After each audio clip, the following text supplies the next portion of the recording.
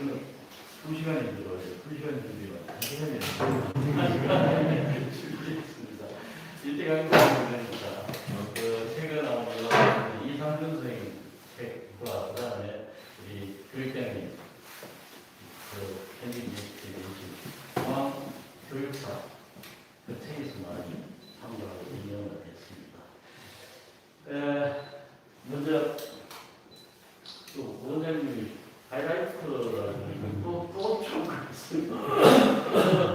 그러면 오늘 이야기를 시작하기 전에 일제강점기에 대한 시민운동에 대한 것도 사실은 저도 처음이고 일단은 명명처럼 일제강점기 우리 시민운동의 영원에 대해서 이야기를 하기 전에 변명처럼 이게 이제 원고를 제가 쓰는데 원고 앞부분을 제가 일단 읽어드리고 하는 것이 도리다 싶어가지고 한번 읽어드리겠습니다. 포항 지역의 시민운동 모습에 대하여 그동안 안타까운 마음이 있어 왔습니다. 그런 연유로 포항 지역 시민운동의 영원을 찾아보고 그 정신이 어디서 출발했는지를 나름대로 생각해 왔습니다. 그러나 이 글은 정확한 정빙 자료나 논거를 제시하고 그럴싸한 결론을 얻은 것이 아닙니다. 어쩌면 우리 지역의 시민운동 영원을 여기에서 찾았으면 좋겠다는 개인적인 바람일 수도 있겠습니다. 그러므로 재미있게 한 번쯤 이야기를 나누는 정도로 생각해 주셨으면 좋겠습니다. 그러면서 말씀을 드리고 시작을 하겠습니다.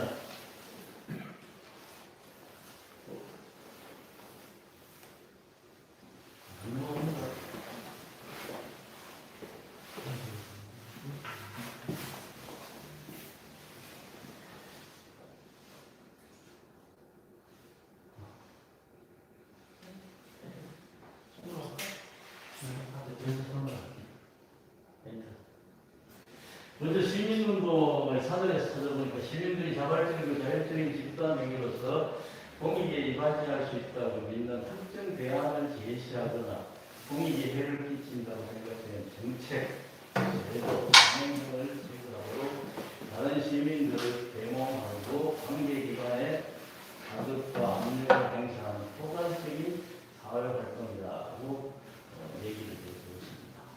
그래서 제가 매달린 글귀는요, 시민들이 자발적이고 자율적인 집단행위, 이것을 시민운동이라고 생각해 보았습니다. 어쩌면 시민운동, 사회운동, 이것이 용어가 겹쳐지거나 그런 점이 있을 겁니다. 그래도 시민운동이라고 일단 규정을 해보았습니다. 그리고 또 이제 이 이야기를 하면서 일제강점기로 한정한 이유가요.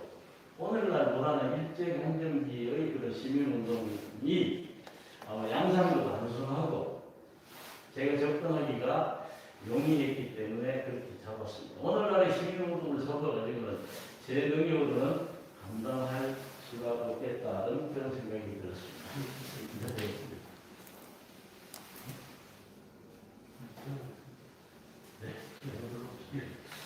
일제강점기 때 가장 두드러진 활동이 1920년 이후에 동단위로 약 30여 개의 청년회가 조직되어 활동했습니다. 지금 현재 행정부의 읍면동을 보면 29개지요. 지금 행정부 29개인데 이때 30여 개라고 하면 그만큼 동네마다 청년회 활동이 있었다고 생각하시면 되겠습니다. 또 청년 활동만 있었던 것이 아니고요. 여성 어린이 청소년 운동도 있었습니다. 우리 지역에 특히 그 여성 어린이 청소년 운동이라는 것이 좀 새로운 요소가 있다고 볼 수 있겠습니다. 영일 학생회도 있습니다만 세 번째로 보면은 포항 여자 청년회 1926년에 창립되어 가지고 참 재미있는 것은요. 부녀자들의 문자라든가 가정위생 문제라든가 미신 타파라든가 이런 것을 많이 교육을 했다라고 되어 있고요. 그 다음에 어린이 청소년 운동으로 도 소년 자강회, 영일 소년회, 영일 칠마 소년회, 형의 소년회, 연일 소년회 이런 어린이 청소년들을 대상으로 하는 그런 시민운동도 있다는 것을 말씀드리겠습니다. 조금 빨리 하겠습니다. 한 시간 안에 끝내셨고요. 자, 그러면 이와 같은 시민운동이 불붙은 계기가 무엇인가? 그 마을마다 그런 청년회가 생기고 마을마다 체육회가 생기고 또 소년과 어린이들을 중요시하고 소녀자들을 중요시하는 계기가 바로 3.1 만세운동이었고 포항 근현대 문화사와 포항 교육사에서는 지금 바로 제시를 하고 있습니다. 그러니까 일제강점기 3.1 만세운동 이전에 대학인 때만 하더라도 전통적인 유학, 한학의 지식인과 근대 학교 교육을 받은 신지식이 두 어떤 부류가 있었다고 하면은 3.1 운동을 계기로 신지식인들이 사회 변화를 주도하는 양상을 보이지 않았겠나 하는 생각을 해봅니다. 그러면은 이런 어떤 시민 운동을 불을 붙이게 된 포항 3.1 운동을 한번 보겠습니다. 1919년 물론 3월 1일 날 서울에서 3.1 운동이 시작되었습니다만 대구에서 3월 8일 날 약 한 일주일 정도의 계획이 있습니다. 그런데 포항은 바로 3월 11일, 12일 날 벌어집니다. 이 중심에 이제 포항교회 최경성 장로, 송문수 장로가 있죠. 최경성 장로는 3월 8일 대구에서 체포됩니다. 근데 송문수 장로는 내려오게 되죠. 그래서 포항에 와가지고 아래에 있는 분들하고 같이 활동을 보이게 되는데요. 그런데 불과 3월 8일하고 3월 11일 사이에는 이틀 사이입니다. 이 이틀 사이에 태극기를 만들고 독립선언문을 인쇄를 하고 많은 사람들을 모으고 아마 오늘날처럼 전화기라든가 인터넷이라든가 이런 것이 잘 되어 있어도 이틀 만에 대부분의 군중들을 모으기는 엄청 힘들었을 거예요. 또 송문수 장로를 비롯해 여기 주동 인물들이요. 3월 11일 만세 운동을 벌이기 전에 좀 체포되어 버립니다. 그런데 이틀만 일어났거든요. 바로 이상준 선생님 포항의 3.1 운동사에는 그 부분을 이렇게 설명하고 있습니다. 이기춘, 이봉학, 장문환 등은 갑자기 이유로 불과 2일 만에 모든 거사 준비를 완료한 것으로 되어 있다. 이는 이치상으로도 맞지 않다. 불과 이틀 만에 독립선언서를 인쇄하고 태극기를 제작하고 동지를 교합하고 수백 명의 군중을 모은다는 것은 잘못한 것은 불가능합니다. 대구부에서 3.1 운동을 준비하던 3월 4일경부터 포항교회의 신도들을 중심으로 시위운동 계획을 세우고 이 상당한 준비가 이루어졌다고 보는 것이 맞을 것이다.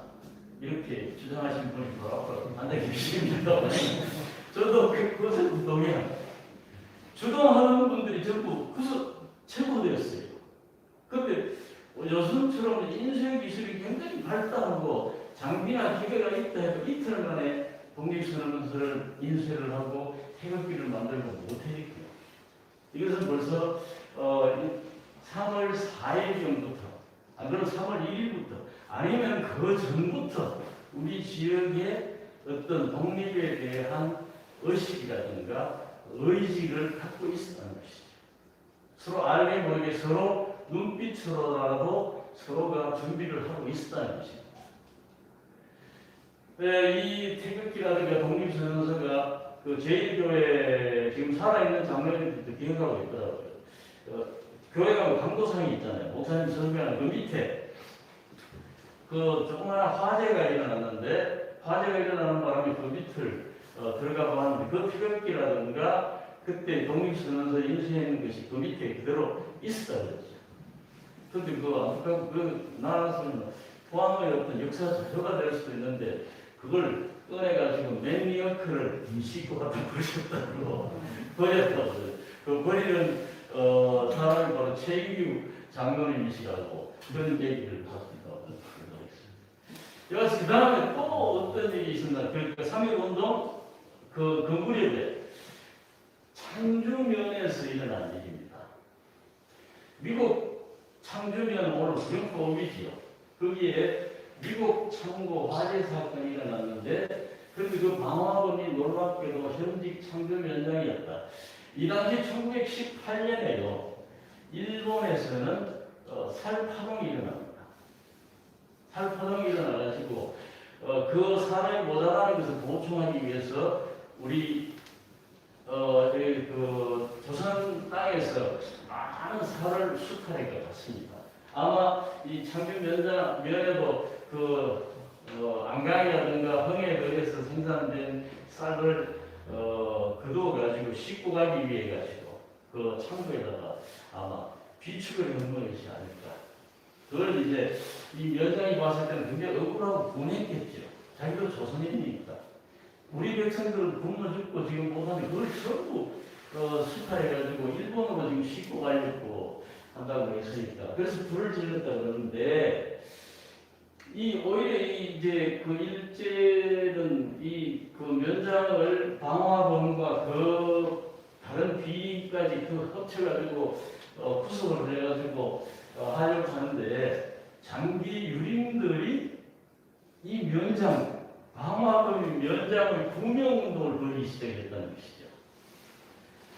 그래가지고 일본 사람을 면장으로 앉히려고 하는데 그걸 하지 못하고 한의사로 있던 김용준 씨라는 사람을 면장으로 앉혔다. 근데 이 김용준 면장이 바로 또 3.1 만세운동이 장기에서 일어났을 때 장기와 장기에서 일어난 만세운동을 암항리에 지원하고 도왔던 거죠. 그 다음에 이게 그 방화범으로 체포된 면장은 일단 구속이 되었다가 풀려났을 때 장기 유림에서 거기 환영회도 하고 이랬다는데 제가 들은 이야기입니다. 제가 그 조선의 마지막 군마라는 책을 쓸 때 이 이야기를 꼭 삽입시키고 싶었어요.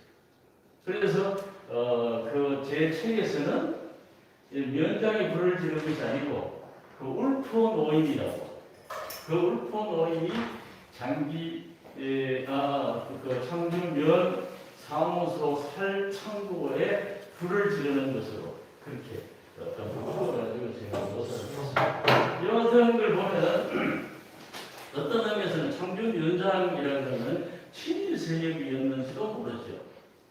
그런데 이 사람이 불을 질렀을 때 오히려 장기 유림에서 이 사람이 구명운동을 벌였다는 것은 그만큼 면장이든 면장이 아니든 일본에게 협조하는 사람이든 협조하지 않는 사람이든 다 같이 민족적인 어떤 의식이라든가 이런 것을 갖고 독립에 대한 민족 개몽에 대한 그런 것을 갖고 있었다고 볼 수가 있죠. 그 다음에 이 이후에 이제 시민운동이 이제 3.1 만세운동이 실패로 돌아가고 난 뒤에 신간회라든가 뭐 이런 것이 포항지구가 조직이 되고 합니다만 아마 문화의 요소적인 시민운동으로 일제강점기가 계속되지 않았겠느냐 이런 얘기를 합니다. 저 아까 김진홍 선생님이 보면 포항지에 보면은 1921년에 포항에 문학활동이 있었다는 그런 기록이 있습니다. 이것은 일본 사람들에 의해 가지고 했던 문예활동이겠죠. 여기서 그러니까 일본의 포항의 소상사 그래서 일본인들이 모여가지고 자기네들끼리 동인활동을 했던 것이고 여기에 맞서가지고 한국 사람들 그렇게 조선인들끼리 했는 문화활동이 1930년 4월 5일자 기사에 보면은 중해일보에 이런 기사가 나옵니다.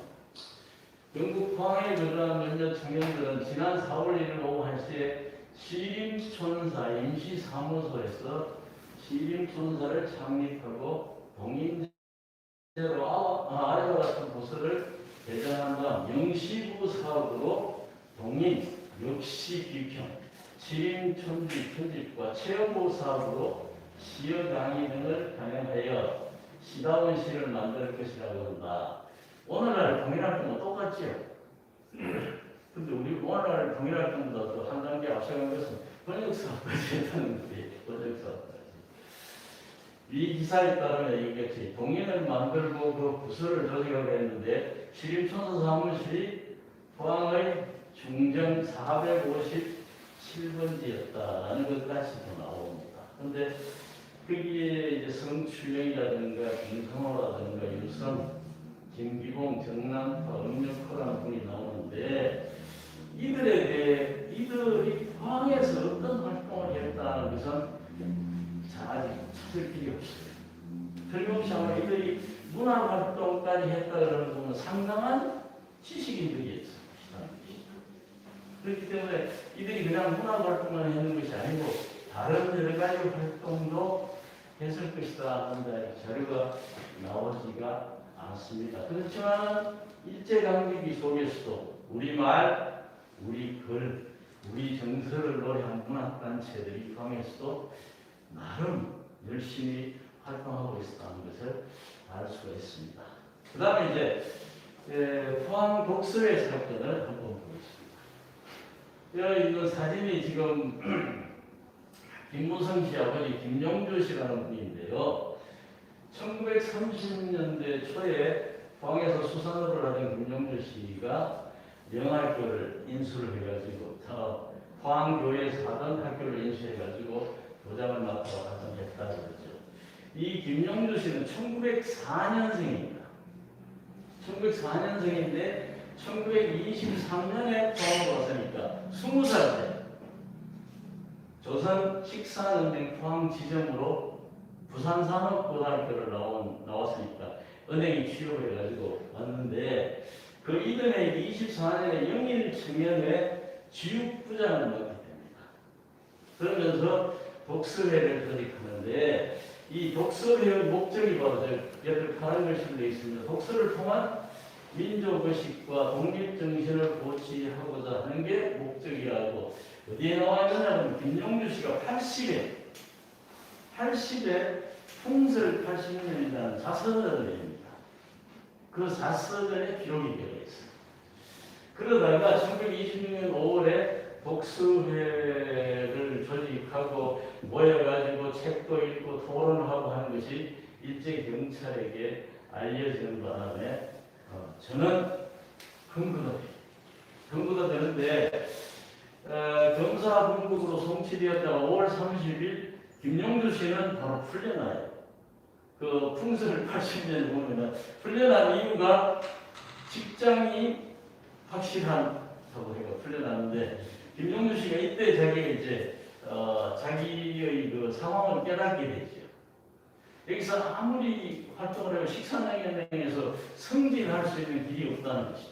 지점장까지도 조선인들은 올라가지 못했대요. 그래서 사표를 내고 나옵니다. 나와가지고 수산업에 관계를 하면서 큰 돈을 벌게 되죠. 그래서 얼마 제가 포항 홍대인가 거기 가서 언제 얘기를 한번 하고 나니까 그 얘기를 마치고 한 자리에 앉아가지고 김용주 씨 친일 하냐 아니냐라는 이야기가 굉장히 많던데 김 선생님은 어떻게 생각하십니까? 영부가 가지고 내가 얼마나 찍어버렸어요. 근데 이 김용주 씨도 1941년의 강을 건너지 못했어요. 태평양 전쟁이 한참 벌어지고 하면서 1941년 그 무렵에 우리 지식인들을 많이 쪼기 시작합니다. 그래서 뭐 최남선이라든가 그 다음에 이광수라든가 이런 사람들이 그 무렵에 전부 정신대 그 다음에 징령, 징병, 찬양하고 그런 어떤 글을 쓰고 넘어가는데 김용주 씨도 그 전에 도의원 할 때까지만 해도 경주중학교가 이제 사회부로 경주중학교를 인가를 내가 그러는데 일제에서 반대하니까 김용주 씨가 경주중학교를 도의원 입장에서 경주중학교 인가를 얻기 위해 일본까지 건너가요. 일본까지 건너가 일본 국회의원을 야당 국회의원을 만나가지고 어떤 약속을 받아오기도 하고 이런 활동을 벌이는데 41년의 강을 건너지 못하고 결국은 그 친일의 색깔을 입게 되는 그런 안타까운 내용인데, 이 독수리 사건 결국은 해방이 되고 난 뒤에 독수리는 재생 이명석 선생에 의해 가지고 이 독수리가 이어지게 됩니다. 이제 두 사람이 재생 이명석 선생은 1903년생이고 김영주 선생은 1904년생입니다. 그러니까 일제강점기 때 같은 포항 지역에서 지식인으로 주고받고 서로 대화를 나누는 과정에서 그런 어떤 독수리에 대한 이야기를 둘이 나누지 않았겠나 이런 이야기를 해봅니다. 그 다음 연극입니다. 박일선 선생이 쓴 1월 향지에 보면요 나와 있는 기사가 1922년 영일 유학생 대장 허방씨가 허남씨 조카지요. 그죠? 일제 3.1 만세운동 때도 같이 허방 일령이 여름방을 맞아서 동빈정 정재수씨 마당에서 가설 무대를 설치하고 공학극 연극을 공연했다. 근데 성공을 못했거든요. 그날 연극을 다 공연을 못했대요. 허방씨가 흥분을 해가지고 대사를 해야 되는 것이 아니고 연설을 해버려가지고 경찰이 해가지고 연극 공연이 제지됐던 거죠. 그 다음 1922년 포항교회에서 포항시사에 나온 부분입니다. 기독청에 오늘날 하고 있는 포항 YMCA하고 다릅니다. 이때도 YMCA하고 하긴 했는데 오늘날의 포항 YMCA하고 뿌리가 달라요. 특히 그 청주 청년회에서 24년 12월 10일 구룡포 바닷가에서 마련한 극장에서 총극과 음악회를 했다고 그러는데 이때 사회를 최경선 장로가 했다고 했죠.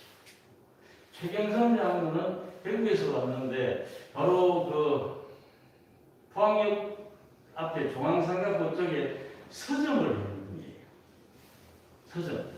포항 옛날 일제강점기 때 지도를 보면 그쪽에 보면 최경선 서점이라고 표시가 되어 있습니다.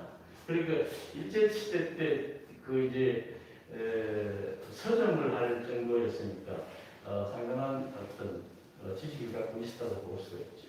그 다음에 내가 이걸 보면서 늘 이게 맞나? 형산면이라고 하는 오늘 상도 대도동입니다. 그런데 여남 청년에서 연극을 하고 교육기관 설립을 위해 가지고 모범운동을 했다라고 동아일보 25년 9월 18일자 기사가 나와 있는데 형산면하고 연남하고 완전히 다르거든요. 그래서 나는 이 연남이 그 연남동을 지칭하는 것이 맞는지 안 맞는지 아직 확신은 제가 못 갖고 있습니다.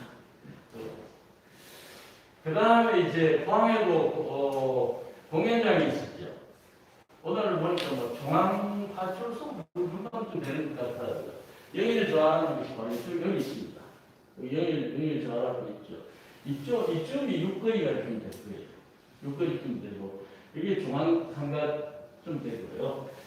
이 역시도 그 중앙일보에 보면은 23년 6월 3일 날 김소랑이 이끄는 극단 취성자가 포항에 도착하여 영일좌에서 공연하였다라는 기록이 있죠. 그러니까 이 영일좌의 주인은 일본인이었습니다. 그러나 이 일본인이 조선인들에게도 공연장을 임대를 해가지고 그런 어떤 공연이 이루어졌다 그러니까 조선인들에 의한 연극 활동도 있었다고 볼 수 있죠. 영일좌는 1920년 중반에 건립되었으며 역시 중앙일보에 보면 1934년 5월 29일 날 불이 났다는 기사가 있는데 그 위에 재건축을 하지 않은 것 같습니다.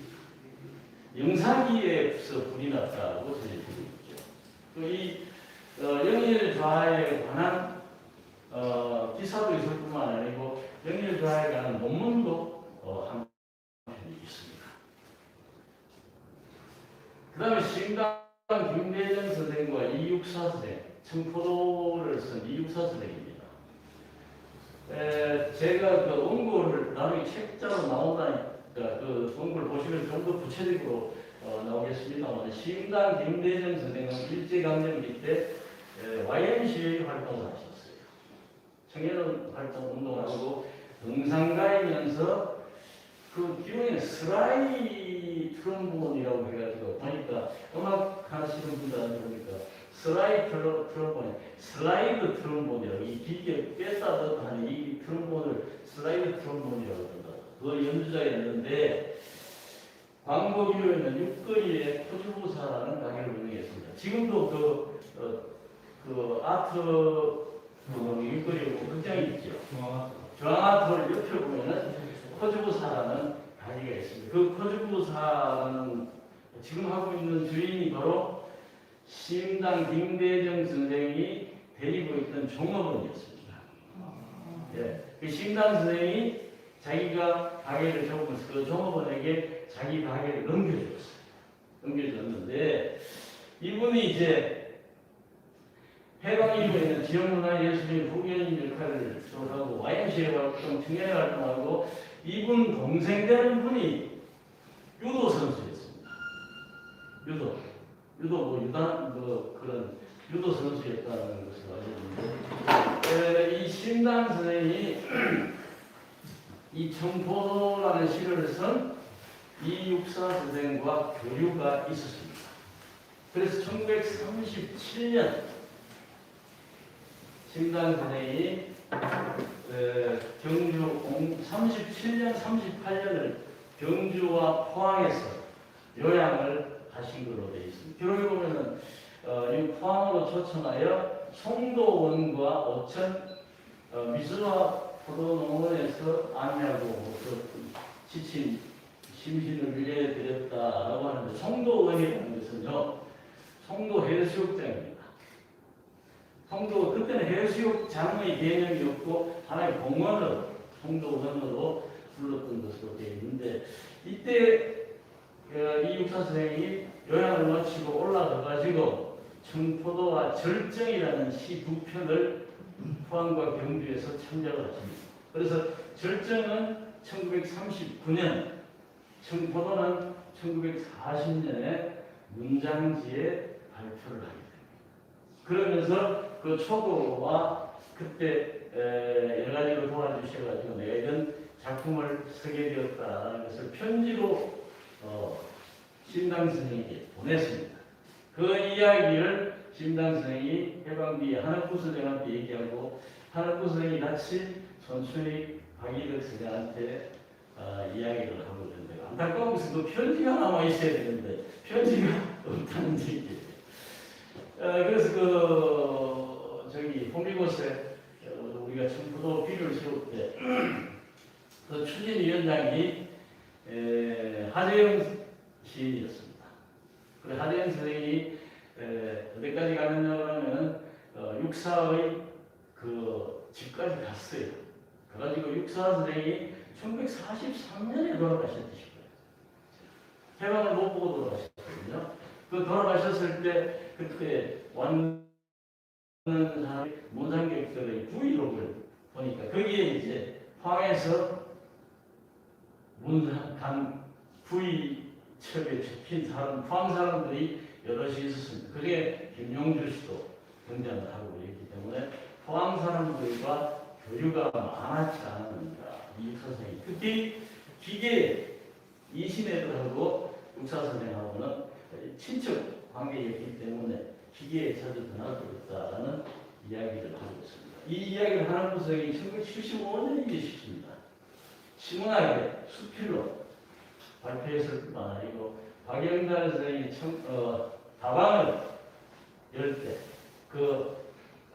집 이름, 다방 이름을 청포도 다방으로 하도록 권하기도 했다는 거죠. 지금은 청포도 다방에서 1979년에 1952년쯤 청포도 다방이 문을 열었어요.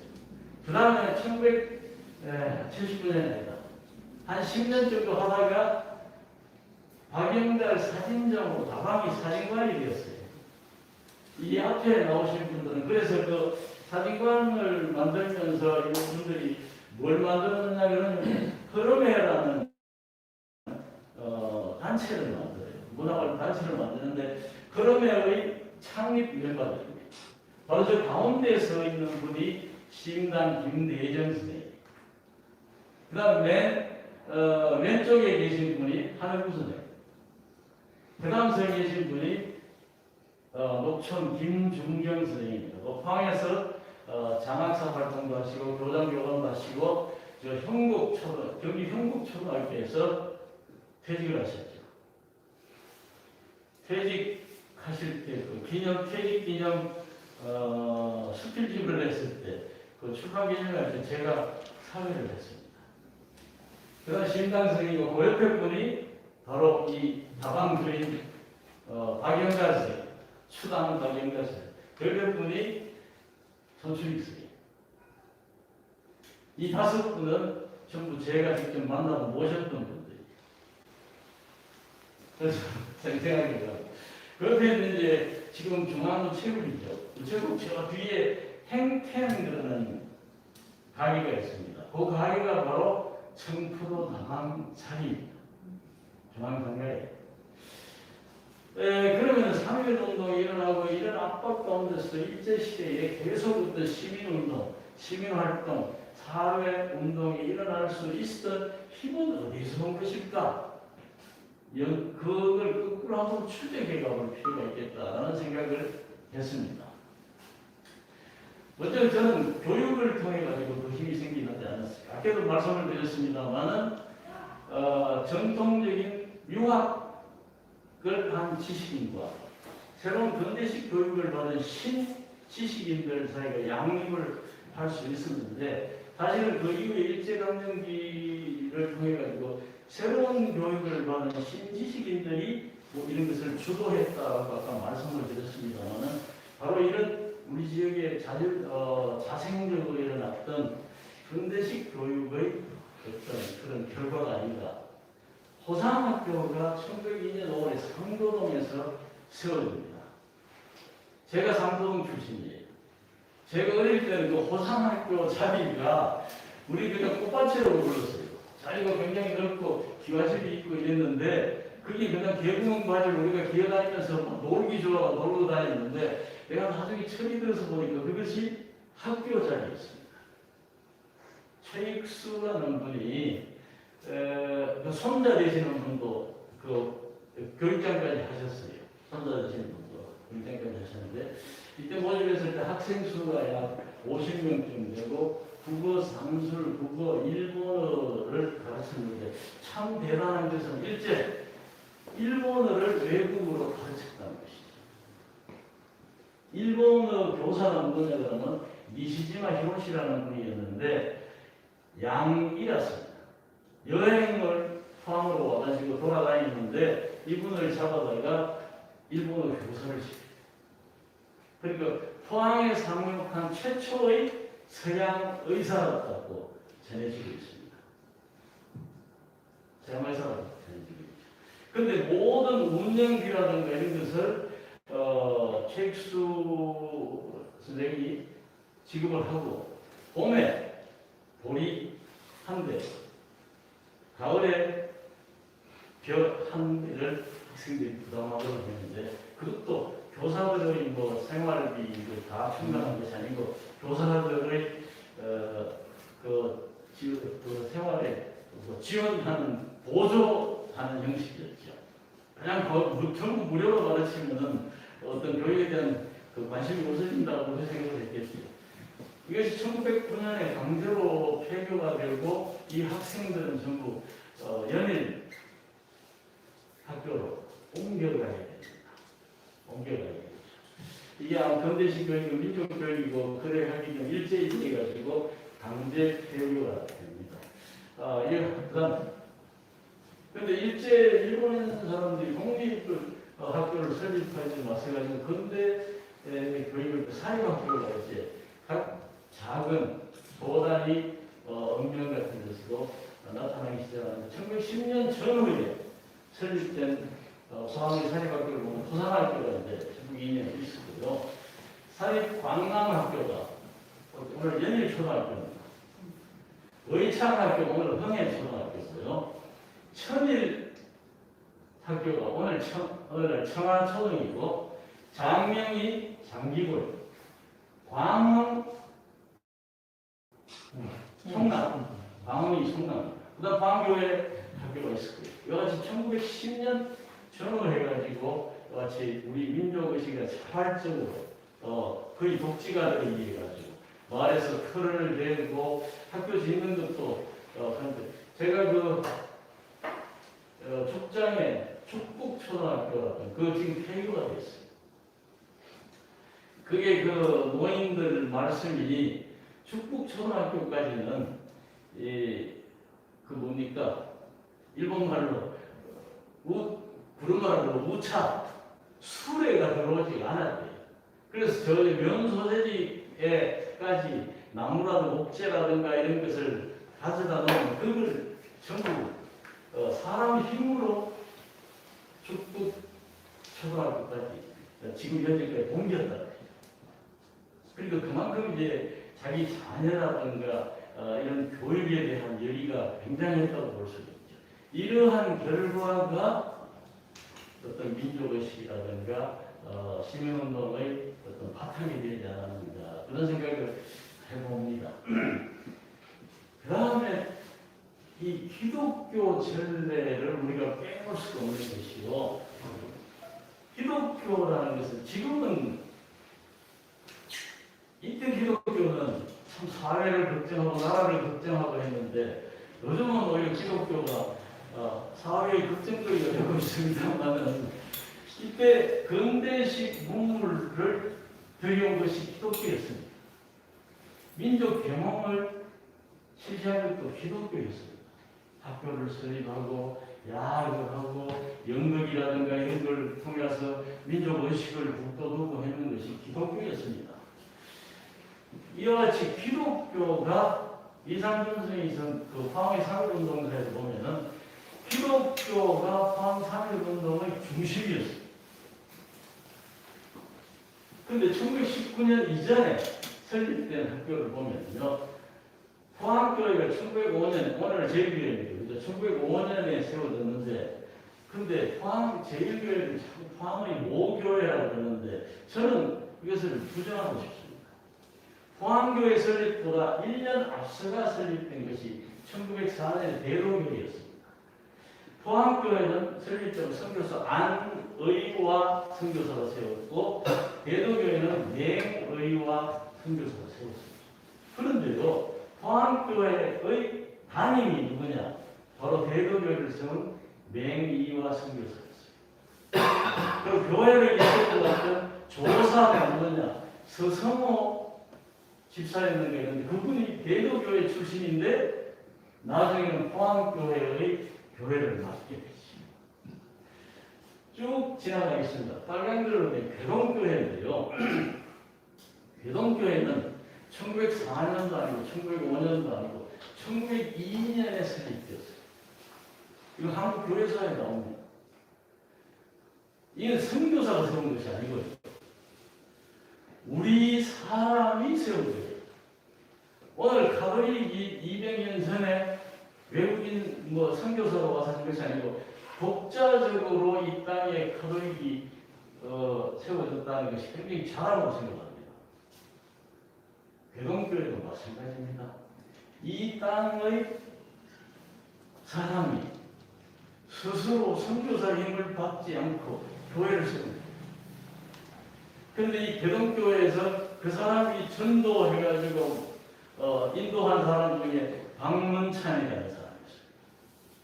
이 박문찬이라는 사람을 우리가 참 주목해 볼 필요가 있고 이 사람의 행적도 우리가 한번 따라가 볼 필요가 있어요. 넘어가세요. 이게 이제 지금은 대성교회입니다. 목사님들한테 물어보면 교회는 나누어지는 것은 보았지 합쳐지는 것은 못 봤다는 얘기를 하십니다만 그래서 변명사로 목사님들하고 이야기하면 나누어지는 것이 전도 일종이다라고 말씀도 하십니다만 특이하게 괴동교회와 장흥교회가 합쳐져가지고 오늘날 대성교회가 됐어요. 근데 그 대성교회의 전신이 괴동교회인데 이렇게 됐어요. 영일 지방에 있어서 박군현이라는 사람이 일본에서 기독교를 접하게 됩니다. 아마 신주를 했다라고 한자를 했는 거 보니까 세례를 받았다는 거지. 여기 보면 분명히 나라의 어려운 극복을 해보겠다는 의지로 안동길 방문찬을 전도했다는 얘기. 그 말을 그대로 했는데 방문찬을 갖고 전혀 준비가 되어 있지 않는 영일 지방에서 자신의 사랑채 그좀 가협식이라 집에 좁은 방이 아니고 사랑채를 가지고 예배를 드리겠다. 이것이 포항의 첫 교회입니다. 청교사들의 경험이 아니고요. 순수 우리 자생적으로 일어나는 것이죠. 네. 이 방문찬이라는 분이 바로 무슨 일을 하느냐, 교회를 엄청나게 많이 세웁니다. 조사라고 해가지고 많이 세우고 나중에는 평양신학교까지 가가지고 목사가 되어가지고 영남 지방의 교회를 굉장히 여러 군데 하는데 영남교회사 편찬도 하고요. 이게 인연이라는 게 이분이 어디까지 가서 교회를 세우느냐 그러면은 그리고 영덕 들어가다 있는 그 공원 있는 데가 보니까 삼사 교회를 세워요.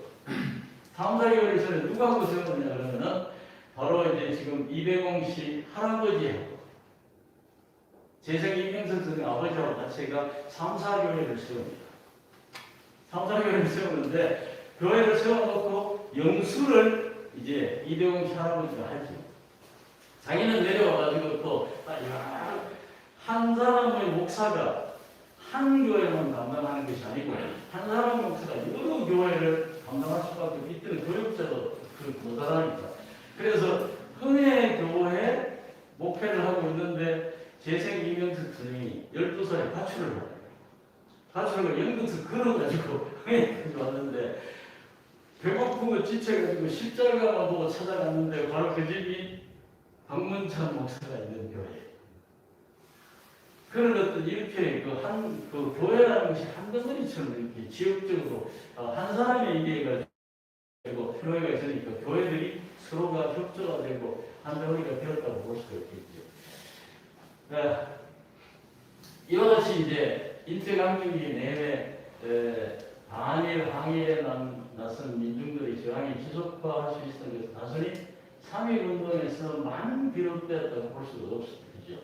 그 중에 교육을 받지 못한 민중들이 많은 저항이라든가 국가가 그 역할을 하지 못했을 때 자주 스스로 일어나가지고 교회를 만들고 아이들을 가르치고 스스로 어떤 민족의식을 하나하나 살아갈 수 있다고 볼 수가 있습니다. 교회 때 특히 장기 1888년인가 1898년 99년 무렵에 구룡포의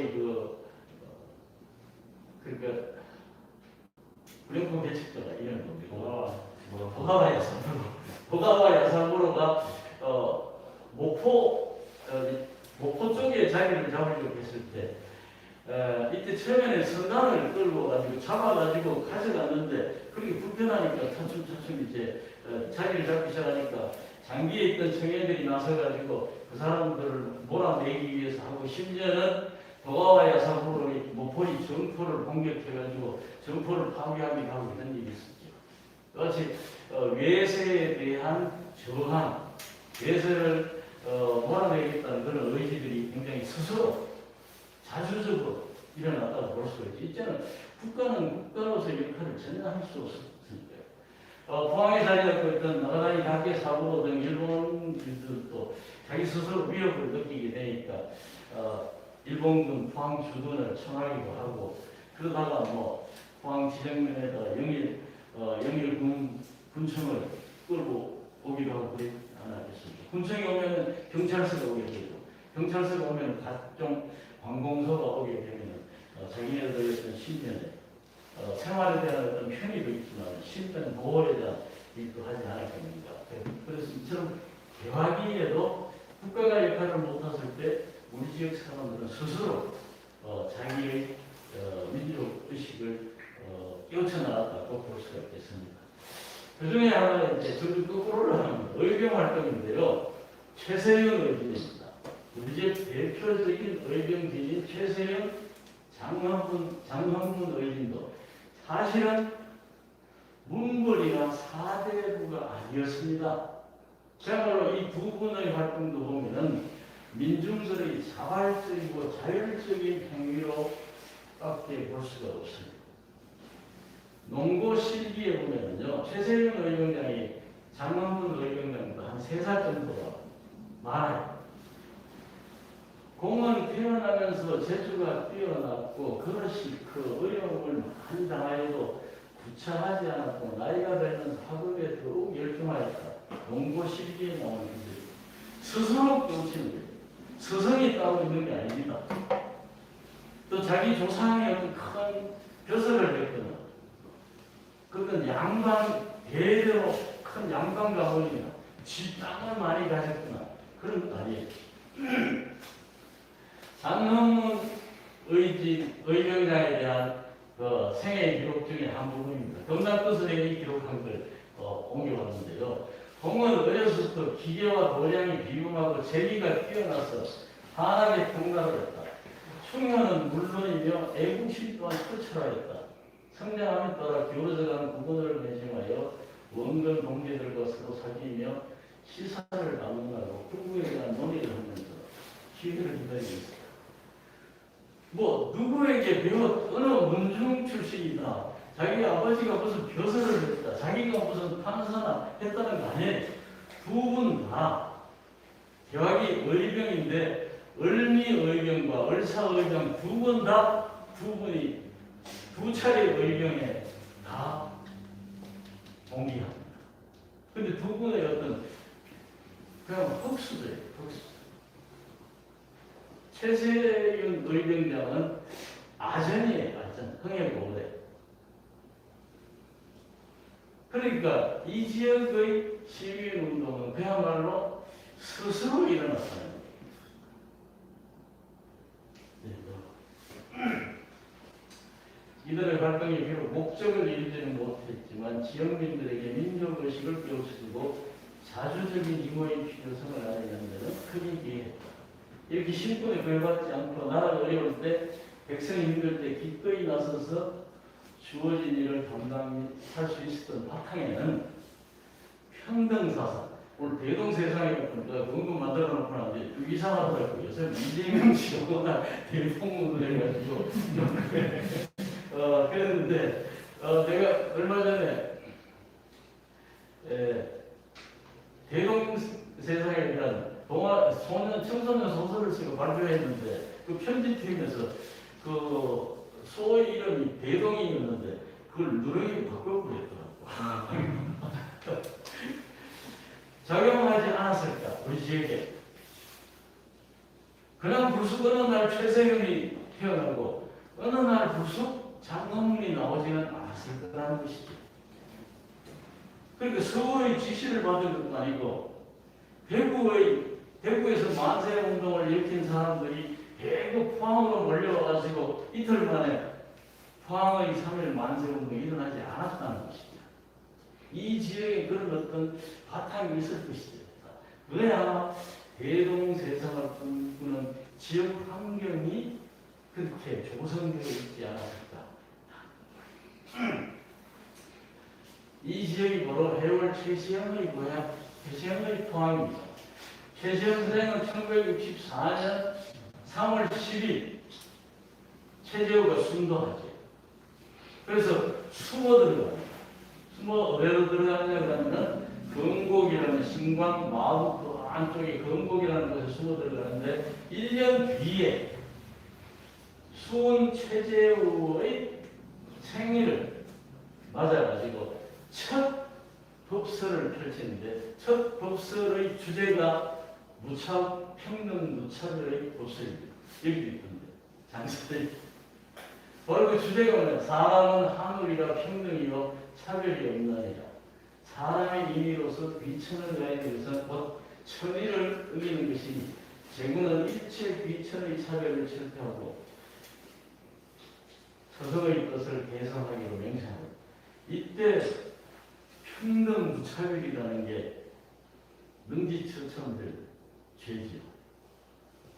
이것은 첫 법서를 했을 뿐만 아니고 그 다음에 포덕의 방법을 여기서 좀 관리하죠. 그 범위를 넓혀가고 본격적으로 이제 이 포덕 저 충청도 저쪽으로 이제 포덕 시작이 예.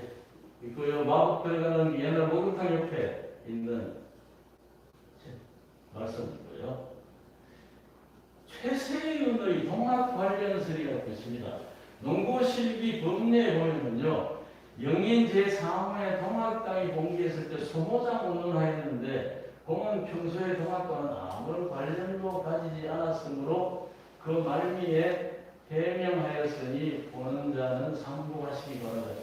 일부러 최세윤은 동학과 아무 관련이 없다는 것을 부정해 놓고 있습니다. 이걸 좀 부탁할게요. 여기 보면 영인 제3호 중에 있다. 그래서 저는 그 최세윤 이야기를 쓰면서 최세윤의 형의 해월의 신관과 그 다음에 매산 이 관련이 전혀 없다고 생각할 수는 없다는 것이죠. 그런 소문이라도 있었을 거라. 평생을 유학자로 살아온 최세윤의 입장에서는 해월의 이야기가 아마 얼토당토하게 들렸을 수도 있고 자기가 갖고 있던 어떤 학문이라든가 자기가 갖고 있던 철학이 한꺼번에 무너지는 것 같은 어떤 배신감 같은 것도 느꼈을 거라. 그런데 이렇게 부정한 것은 실질적으로 동아교회 활동을 하지 않았다 손 치더라도 그 사람들하고는 충분히 접했을 가능성이 있다. 그렇기 때문에 그런 소문이 나왔고 후대에 이 실기를 기록하면서 이걸 구태여 변명하지 않았습니다. 저는 그 최세윤의 청소년 소설을 쓰면서 최세윤이 동학을 많이 도왔다는 것으로 기록을 했습니다. 소설이니까 내가 충분히 상상력을 발휘할 수 있겠죠. 농고실기. 그 다음에 평등을 실천한 사람이 잘 알려지지 않았는데 농수 최철익이라는 분이 있습니다. 최세윤의 방계 그 위에 몇 대 선조가 되는 분인데요. 이 사람 농수 최철익에 대해서 쓴 글이 여러 편이 있는데 보면은요, 흥에 많은 학문이 번창할 수 있었던 것은 바로 최철익이 있었기 때문이다. 혹은 최철익에서 비롯되었다라고 기록하고 있죠. 농고 최세윤 선생과 마찬가지로 농수 최철익 선생도 흥해의 아전으로 있었습니다. 이분이 역시 그 독학으로 공부를 해가지고 과거에 영시해가지고 진사가 되었는데 대과를 보지 않습니다. 왜? 내 분수에는 진사가 속하다. 그래서 집에 머물면서 30년 동안 지역의 아이들을 가르치지. 아전이를 보면서. 이게 묘비에 나오는 겁니다. 그 쭉 30년 집에 머물면서 제자들을 기르다 주더니 관아에 향리로서 출입한 지가 수십 년 동안 시비가 일절 몸에 미치지 않았으니 올 사람들이 그를 더욱 더 거칠게 얘기했다. 아전으로 있으면서도 백성들하고 시비가 전혀 일어나지 않았다는 것은 아전 편에서 모든 일을 해결했다고 봐야 되겠습니까? 지역의 아이들을 가르치고 그 아이들의 성장을 보았다. 이 농수 최철익이 쓴 예토자설이라는 이야기가 있습니다. 그걸 보면 굉장히 동화 같아가지고 내가 동화를 한 편 써야지 하면서 늘 움켜쥐고 있다가 결국은 동화를 쓰지 못하고 의병장 최세윤의 청소년을 쓸 때 이 예토자설을 거기다 집어넣었습니다. 집에서 일하는 하인이 산에 나무하러 갔다 오면서 새끼 토끼를 한 마리 붙들어와가지고 막 갖고 노니까 이 불쌍하게 여겨가지고 이렇게 집을 지어주고 하는데 이게 힘이 없는 거예요. 그래서 그 잡아온 사람을 불러가 이걸 제자리에 갖다 주라고. 하니까 그 하인이 얘기가 이 갖다 줘도 소용이 없습니다. 내가 봤을 때 벌써 의미가 없더라. 갖다 주면은 저절로 죽거나 안 그러면은 딴 짐승들의 밥이 될 것이다. 그래서 이 그 농수 선생이 하는 소리 그 우리를 만들어 가지고 키우고 풀 떠주고 하는데도 결국 죽어버려요. 그래서 그걸 애통하게 하고 자기가 그걸 붙들어둔 걸 후회하고 안타까워하는 그걸 그러니까 일종의 수필이었겠죠.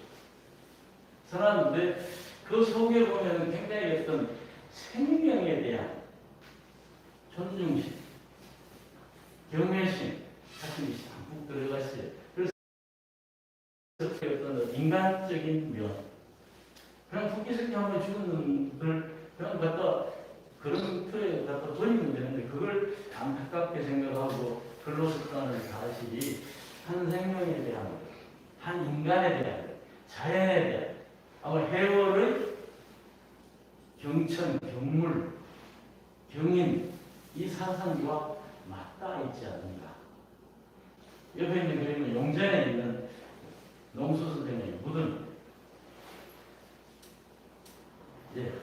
그 축장에 있는 이광성은요, 바로 이제 장영광 선생을, 멀리 있는 장영광 선생을 모셔와가지고 평양에서 네 사람을 거시 가가지고 모셔와가지고 거기서 글 공부를 하고 서로 지냈죠.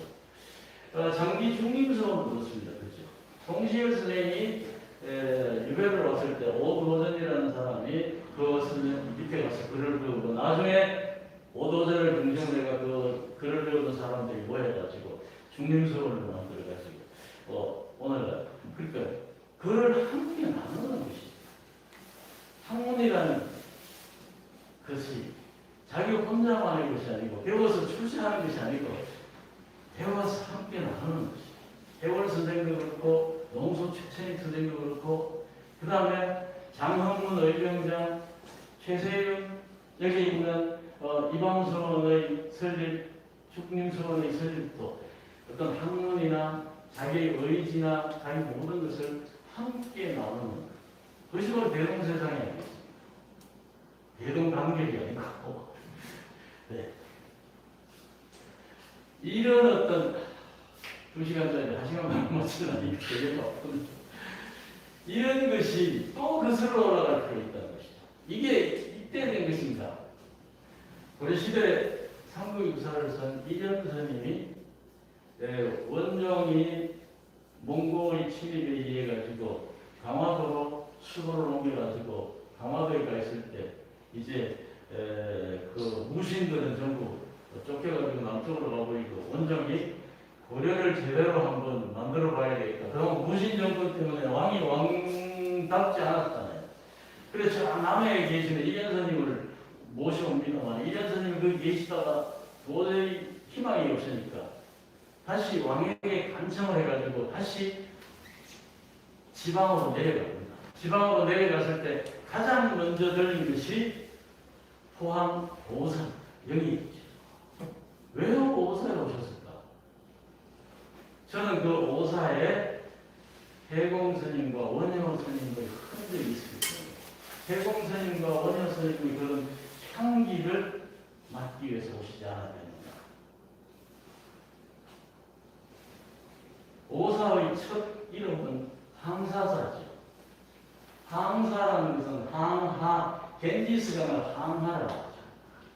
항사사, 겐지스강가에 있는 모래알만큼 부처님의 가피가 내렸으면 좋겠다라는 바람으로 항사사라고 지었어요.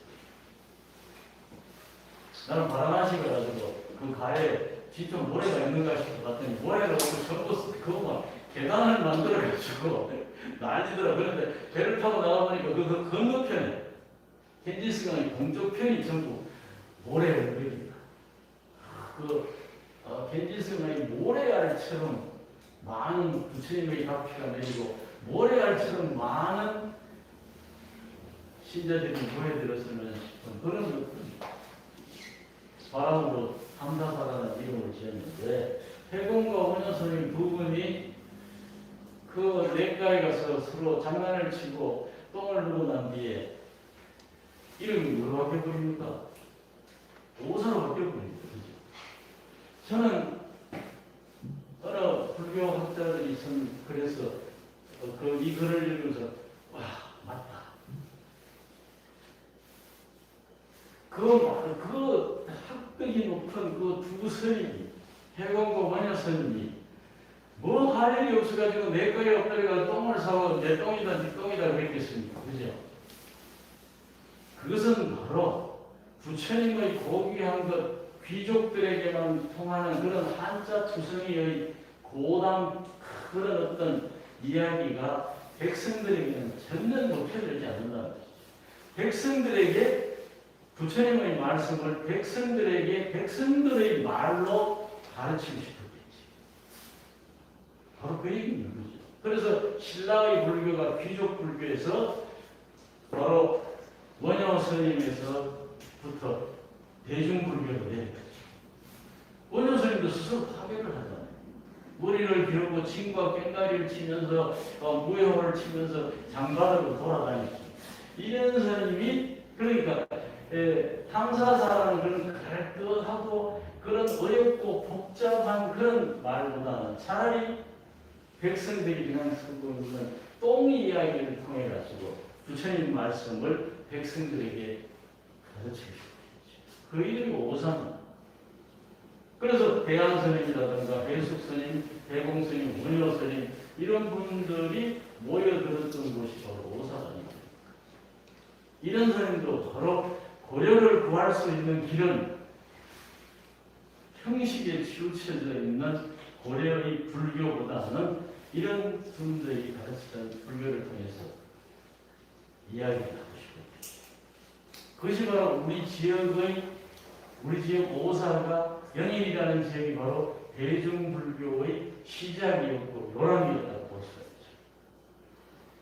바로 이견 스님이 오사를 찾은 것은 백성들을 위한 생각, 백성이 주인이 부처님의 말씀 가운데 백성을 모시고 싶은 마음에 오사로 오시지 않았을까.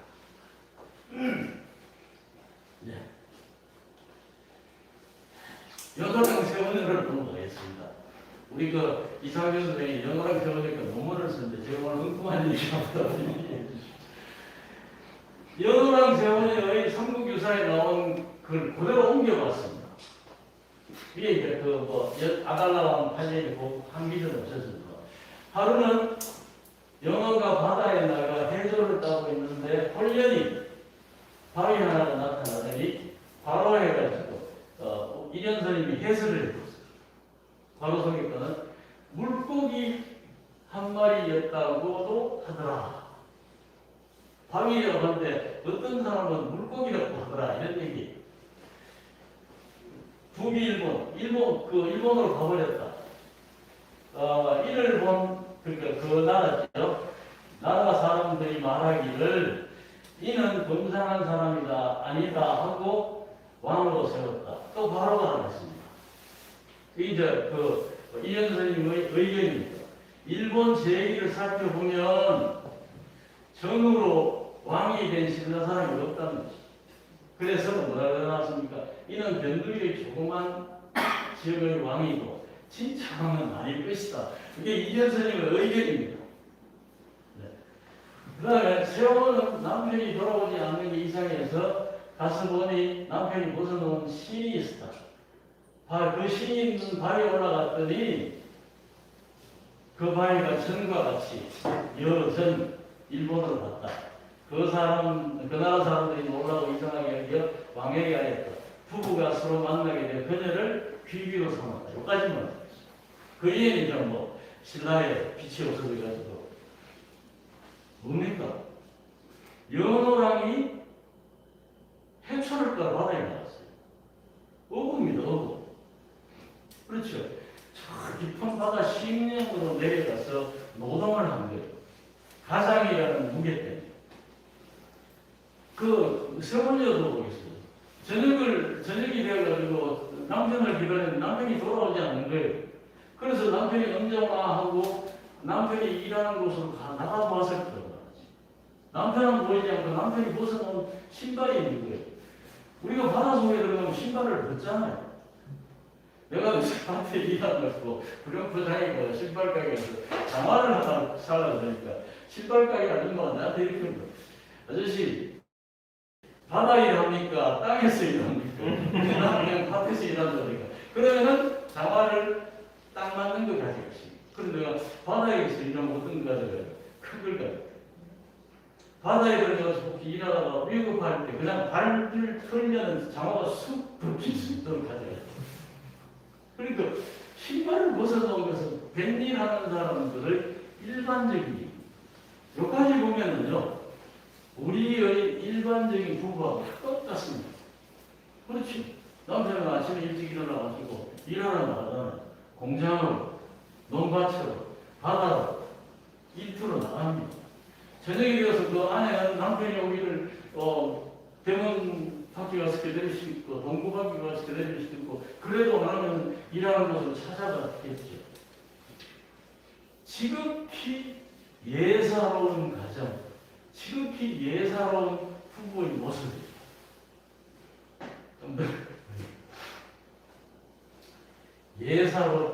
예사로운 일이 뭐가 됐습니까? 예사롭지 않은 경우가 됐죠. 연화와 세월은 아주 평범한 객가사람이었습니다. 너무나 평범한 가정을 부부였습니다. 남편은 가장으로서 일에 충실했고 아내는 삶을 꾸리고 가족의 안위를 걱정하며 살고 있었습니다. 이것이 연호랑 세월의 가정이 지극히 평범하고 순수한 가정이 바로 어쩌면 한 사회, 한 국가의 빛이라고 보는 오늘날 결손 가정이 얼마나 많습니까? 가정이 흩어지고 아이들이 제대로 떠돌고 나는 시골 들들이 다니면서 시골 학교 가서 보면요 아침 안 먹고 간 아이들이 태반이에요. 전부 결손 가정이 결손 가정 아닌 아이들은 어떤 아이들 아닙니까? 다문화 가정이에요. 한 가정이 예사롭게 평범하게 산다는 것이 바로 오늘날 우리 사회의 빛이 된 세상입니다. 남편 영혼의 노동, 어느 시대에 누구에게는 노동은 10년으로 내려가는 그러나 그 노동은 삶을 영위할 수 있는 수단입니다. 그래서 노동이라는 것이 빛과 비견될 만큼 존귀하다고 볼 수 있습니다. 바위를 타고 이동했다. 평범한 어부가 뭐가 되었습니까? 왕이 되었죠. 바위라는 것이 뭡니까? 대청 이동 수단 아니겠습니까? 어쩌면은 오늘날 정치인들의 어떤 뭡니까 성공 신화를 보는 것 같아. 그렇다면 가장이라는 무게, 일이라는 무게, 노동이라는 무게, 그 대청 이동이라는 것이 바위 덩이보다 더 무겁게 우리의 몸에 작용한 것을 봐야 되지 않을까. 그래서 일찍부터 스스로 살 길을 대청 이동 계단을 만들어 갔던 게 포항민들이었음을 보여주는 설화가입니다. 예사로운 일이 예사롭지 않은 결과를 낳았지만 그 과정에서 생략된 그런 어떤 무거운 삶의 무게가 있는 것은 아닐까. 스스로의 삶을 빛으로 만들어간 사람들의 이야기가 연호랑 세월의 설화였으면 참 좋겠다는 것이 저의 의견입니다. 시간이 적다는데 우리 포항에 자명과 등명이라는 지역이 있습니다. 자명은 무슨 여기 그 경주능만 터널 그 안쪽으로 들어가면서 여기 전설이 최문장 이야기는 전설이 있는데 이 최문장도 역시 독학을 통해 가지고 아주 뛰어난 학문을 가지고 있었습니다만 저 밑에서 풍채가 보살것없고 용모가 초라해가지고 관리로 기용이 되지 않았습니다. 심지어 어떤 자리에 보면 용모가 굉장히 추저었다 해요. 그래서 그 판서에게 가지고 얘기를 된 판서도 학문은 굉장히 뛰어나지만 용모가 하잘것 없어가지고 집으로 보내요. 나중에 중국에서 사신이 그 문제 풀이하는데 왕이 곤란한 처했는데 이 청원장을 불러가 그 문제를 푸는데도 왕이 보았을 때도 용모가 형편이 없으니까 다시 보내. 그야말로 용모가 단지 용모가 시원치 않아가지고 온갖 청대와 멸시를 받게 됐어요. 우리 객가 사람들을 내륙 사람들이 볼 때 어떻게 봅니까? 아주 청대한 분이죠. 사고는 안 하는 겁니다. 객가 총각들이 오늘날의 어떤 농촌 총각만큼 결혼하기 힘들었을 거예요. 특히 또 처녀들은 내륙의 집으로 시집가기가 무척 힘이 들었어요. 그래서 이 청원장이 관리로 기용되지 못하고 이렇게 청대와 멸시를 받는 것이 단순히 청원장의 한 사람이 아니고 어쩌면 우리 객가에 살고 있던 이 지역 사람들의 모습이 아니었을까.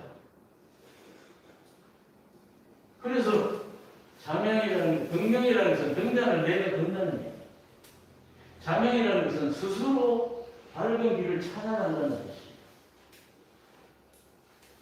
그래서 그런 어떤 지역적인 환경의 열악함을 넘어서 가지고 스스로 찾아가는 것이 이 지역 사람들이 아닌가 이제 결론되겠습니다. 이야기를 듣겠습니다. 좀 재밌게 이야기를 꺼내서 보겠습니다. 포항의 3.1운동과 개동교의 설립 과정을 보여주듯이 포항 지역의 시민운동은 힘있는 사람이나 중앙정부의 계획이나 지시에 따라 이루어진 것이 아니라 독자적이고 자주적으로 준비하고 활동했음을 볼 수 있습니다. 아울러 지식인들도 스스로 배우고 깨우쳐서 지역민과 함께 나누고자 했다는 것입니다. 그러므로 우리 지역의 시민운동은 당연히 자주적이었습니다. 두 번째, 고산학교 설립 과정과 운영, 청년에는 물론 포항 독수의 사건에서도 민족의식과 독립정신 고취가 그 목적이었습니다. 시민운동을 통해서 이권을 노리며 특정 개인이나 단체 욕심을 드러내는 일은 없었습니다. 누구나 그러하듯이 삶을 꾸려나가기 위하여 노동이라는 10년까지 내려가는 일이 다반사인 게 현실입니다. 이는 그 목적과 과정, 참으로 순수하다고 할 수 있습니다. 그 순수한 노력이 쌓여서 왕이라는 계층 상승을 얻은 것이 영원한 세월이 아니었을까. 그러한 지역의 정서와 전통이 알게 모르게 우리 지역 시민운동에 스며들게 되었다고 생각합니다. 일본의 소업의 왕보다 노동을 통해 행복을 쟁취했을 지역 조상들의 삶이 빛으로 상징될 수 있을 것이다. 그래서 우리 지역 시민운동 그 목적과 과정이 참으로 순수했다고 볼 수 있습니다. 건국에서 있었던 해월의 첫 법설은 무차별 평등이었습니다. 이런 민중 중심 생각은 농수 최천익의 삶에서도 읽을 수 있습니다. 자기 분수를 지키며 수십 년 아전 생활에도 시비를 만들지 않았습니다.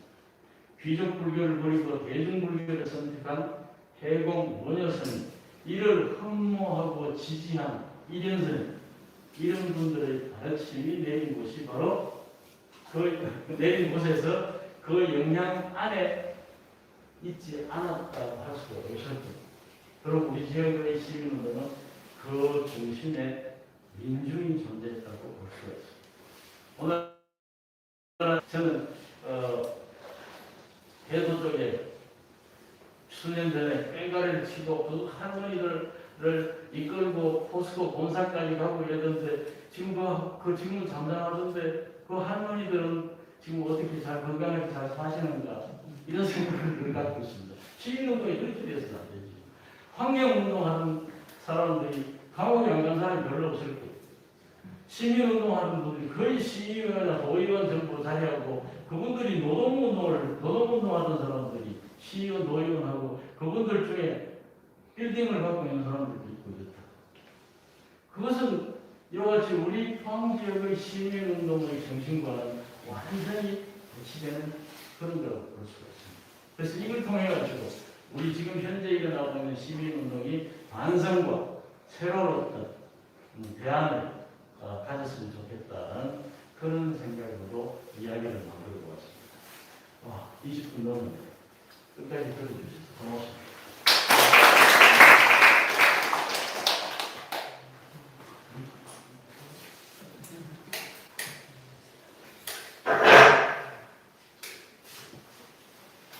예, 강의 잘 들었습니다. 혹시 질문하실 분 계십니까? 별로 괜찮아요. 질문. 뭐 질문이 아니라 또 코멘트도 좋으시고요.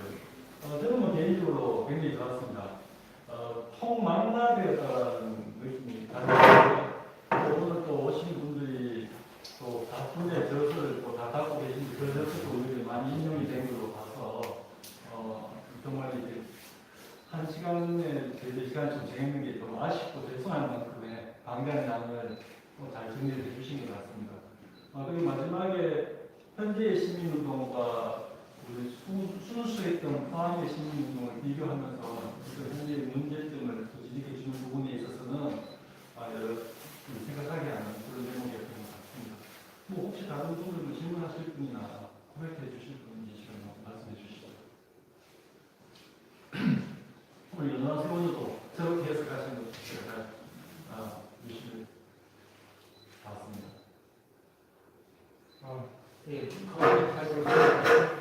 저는 오늘 여기 처음 왔는데 보니까 이 내용하고는 직접 관계가 없는 것 같은데 아까 우리 김용주 선생님이 그 1941년도에 그 저들의 강을 거느리지 못했다고 하셨는데 그렇게 된 그 배경과 그런 상황에 대해서 궁금해서 이당 수장이 그 체낼 문학을 하고 나서 난 제자들이 여쭤봐 봤거든요.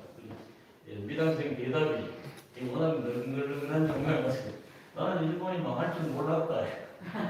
1941년이 되면서 일본이 이제 태평양 전쟁도 벌이고 중국도 막 점령하고 그러니까 우리 지식인들의 안목이 고가져야 된다. 이제 일본을 꺾을 힘이 없다. 이제 일본의 세상이 되겠다라고 생각해요. 이 1941년을 전후해가지고 우리 지식인들이 대거 이제 침입. 그게 이제 내가 41년의 강의라고 내가 붙인 거예요. 그냥 그 41년 그 계기로 우리 지식인들이 많이 넘어갔죠. 감사합니다. 그리고 그 41년도에 이제 조선반도에서 징용을 했고 조선총독부에서 상식임용을 일괄적으로 이제 강제적으로 했거든요. 그러니까 이제 그때 당시 이제 이름도 아까 출연 이광수 선생님도 그렇고 이름 바뀐 거 가지고 자꾸 이제 개명했다고 하는데 그때 전국을 싹 다 그렇게 했기 때문에 그때 당시 시대적 흐름이 이제 옛날에 조선인이다 일본이다 구분되어 있었다가 그 다음에 이름까지 다 이것이 다 바뀌고 이제 그렇게 돼버린 상태였기 때문에 뭐 그렇게 갔다고 봐야죠. 그렇다고 봐야죠. 그뭐 이름을 바꾸지 않으면 아이들을 입학을 시키지 않았습니다. 행정기관에 가서 문서 하나도 뗄 수도 없었어요. 네, 좋은 말씀입니다. 또 다른 질문하시거나 말씀 있으시죠? 그때 살았던 사람은 다 일본 이름으로 다 예, 무조건 알고 예. 그러니까 관공서에다가 서류를 내거나 띄려고 했으면 그 이름이 안 했다는 사람, 개명 안 했다고 주장하는 사람.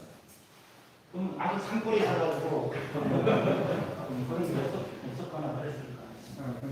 못 싸고 그러지 않았구나. 그렇죠. 그 농사만 짓고 막그 농바닥에 들여 있는 사는 사람이나 물에 들어 사는 사람들 이외에는 전부 했다고. 그런데 그 중에서 제가 되게 감탄했던 그 창씨 개명이 그 경주 최윤 선생. 그 최윤 선생이 창씨 개명을 했는데 창씨 개명한 이름을 그때 당시 세로로 쓰잖아요. 한문이. 근데 최자를 하자를 했어요. 그래서 최자를 산하고 밑에 아름다울 것 같아요. 산과 윤으로 바뀌었어요. 그래서 이게 일본 그때 경판장을 쫙 보다 보면은 그냥 다 이미 창씨 개명이 돼 있는 상태인데 최윤으로 보이는 거예요. 상당히 대단한 무슨 미트라 그럴까 하여튼 좀 자존심이라 그런 게 그 모친이 1941년생이신데 일본 이름이 쓰시더라고요. 그 시기는 다 그랬던 것 같습니다. 그 아까 그 청산면에 연암 청년회가 네. 연합이 그 사람 몇명 살았어요? 글쎄요, 그래서 제가 그걸 항상- 형사는 연합은 적극적이고 형사는 저기 상도 대부분 그게 남녀를 구분하는 거 아니고 연합이 그 사람 아무리 살았다 해도 거기에 그뭐 전문을 하고 자료를 내가 그러고 이리저리 편집을 편집을 안동하고 아직도 그렇네. 용이 남는 사람이 그 사람들이 너무하고 그런 게 연합이 그 나무 동네 가가지고 구분한다는 게 그러니까 지정령 말고 다 형성이 될 것 같아요. 뭐 찾아봐야 돼. 서만 저쪽이 형사능력이었어요. 그러니까 현장이 그것뿐만 아니라 이쪽 그 도동하고 학산동하고 거기까지는 그 빼고는 다 형성이 그러니까 그때 시내만 포항 지정면으로 그걸 지정을 하기 위해 가지고 그렇게 방면을 둘러싸고 살면 그러면 그렇게 봐도 연합이 그런데 저희가 그 아까 이부사가 다음에 와서 송도에서 요양하고 그때 이거 편지 혹시 봤어요? 편지? 이부사가 보내니까 없어졌다는 편지. 아까 이거 있는데 이부사가 편지를 그때 보면 황신정 서기원 방 신정이라는 데에서 서기원이라는 단집에서 편지를 보냈어요. 그 이름이 너무나 달라요. 친구들이 너무 편지 있어. 옛날에 경주로 불국사가 왔다 갔다 하면서 그 국사 세계에 밑에 시대도 엿져 있잖아요. 그거다가 편지를 썼어요. 그날에 탐구서를 내거든요. 광시, 신정, 김저, 서기원, 박, 육사, 그러니까 광야에 머물렀다는 거. 서기원, 정원중에서 청포도 시 가지고 자꾸 지금 사람들이 얘기를 하는데 그 당시 조선반도에서 청포도를 키우는 곳은 그 동해면 유주와밖에 없었거든요.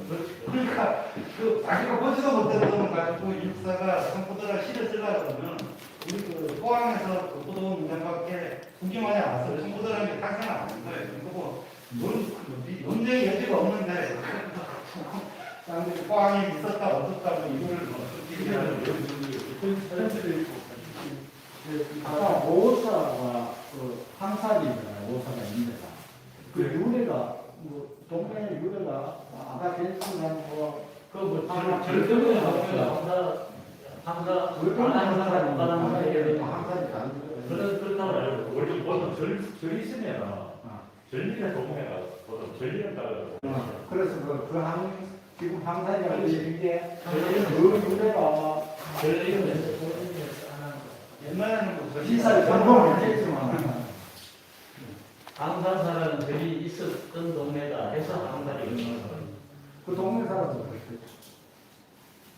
지금도 항사리는 있으니까요. 항산이 그 절인데 항산이 지금 절인데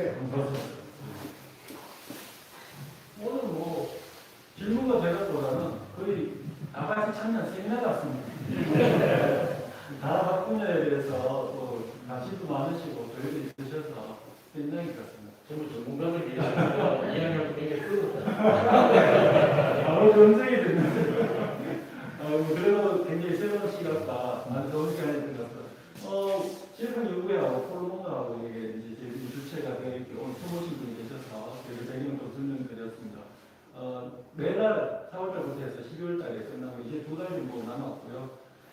앞서 강사분 강의하실 때도 말씀 있으셨지만 여러 강의 내용을 원고로 해서 책으로 발간할 예정입니다. 거기 또 쌓이면 결국 그것도 포항에 다뤄지는 어떤 지식이 되는 거라고 생각을 하고 있습니다. 다른 지역학 연구회의 회원들은 지금 앞선 강의에서 다 한번 인사를 했고 강의를 통해서 알게 되셨지만 오늘 처음 오신 분이 계셔서 한번 인사만 한번 하고 마무리를 하고 있습니다. 지역학 연구회 대신에 원래 강사 진행은 포함이 안 돼 있으셔서 볼 기회가 없으셨을 것 같습니다. 우리 또 독도재단의 김수희 부장님이신데요. 또 한 분에 대한 대가이신 한 말씀 하시죠. 네. 아니 안녕하십니까. 늦게 와가지고 이렇게 앞에 앉아서 또 입사까지 하라니까 힘들 거는 모르겠네요. 항상 마음으로는 응원하고 있는데 뭐 이렇게 하다 보면은 또 근무하다 보면 시간이 이렇게 가가지고 또 오늘도 지각했습니다.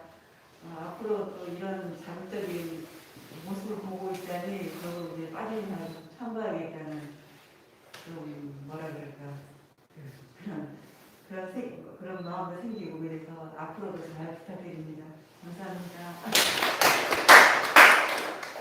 예, 뭐 독도재단에 계시고요. 그리고 멸치, 또 그런 해양, 뭐 모든 분야에 좀 전문가로서 지금 연구하고 계십니다. 예, 그러면 뭐또 질문은 유다할 건 아닌 것 같고요. 뭐 이야기 충분히 나누셨던 것 같고, 조금 시간은 길어졌습니다만 아주 좋은 자리였던 것 같습니다. 오늘은 여기서 마무리하고 다음 달 날짜를 공개가 있습니다. 11월 18일 날 목요일입니다. 그때 또 오늘 질문하셨던 이상준 과장님께서 하는 질문을 하셨습니다. 그때 뵙도록 하겠습니다. 수고하셨습니다.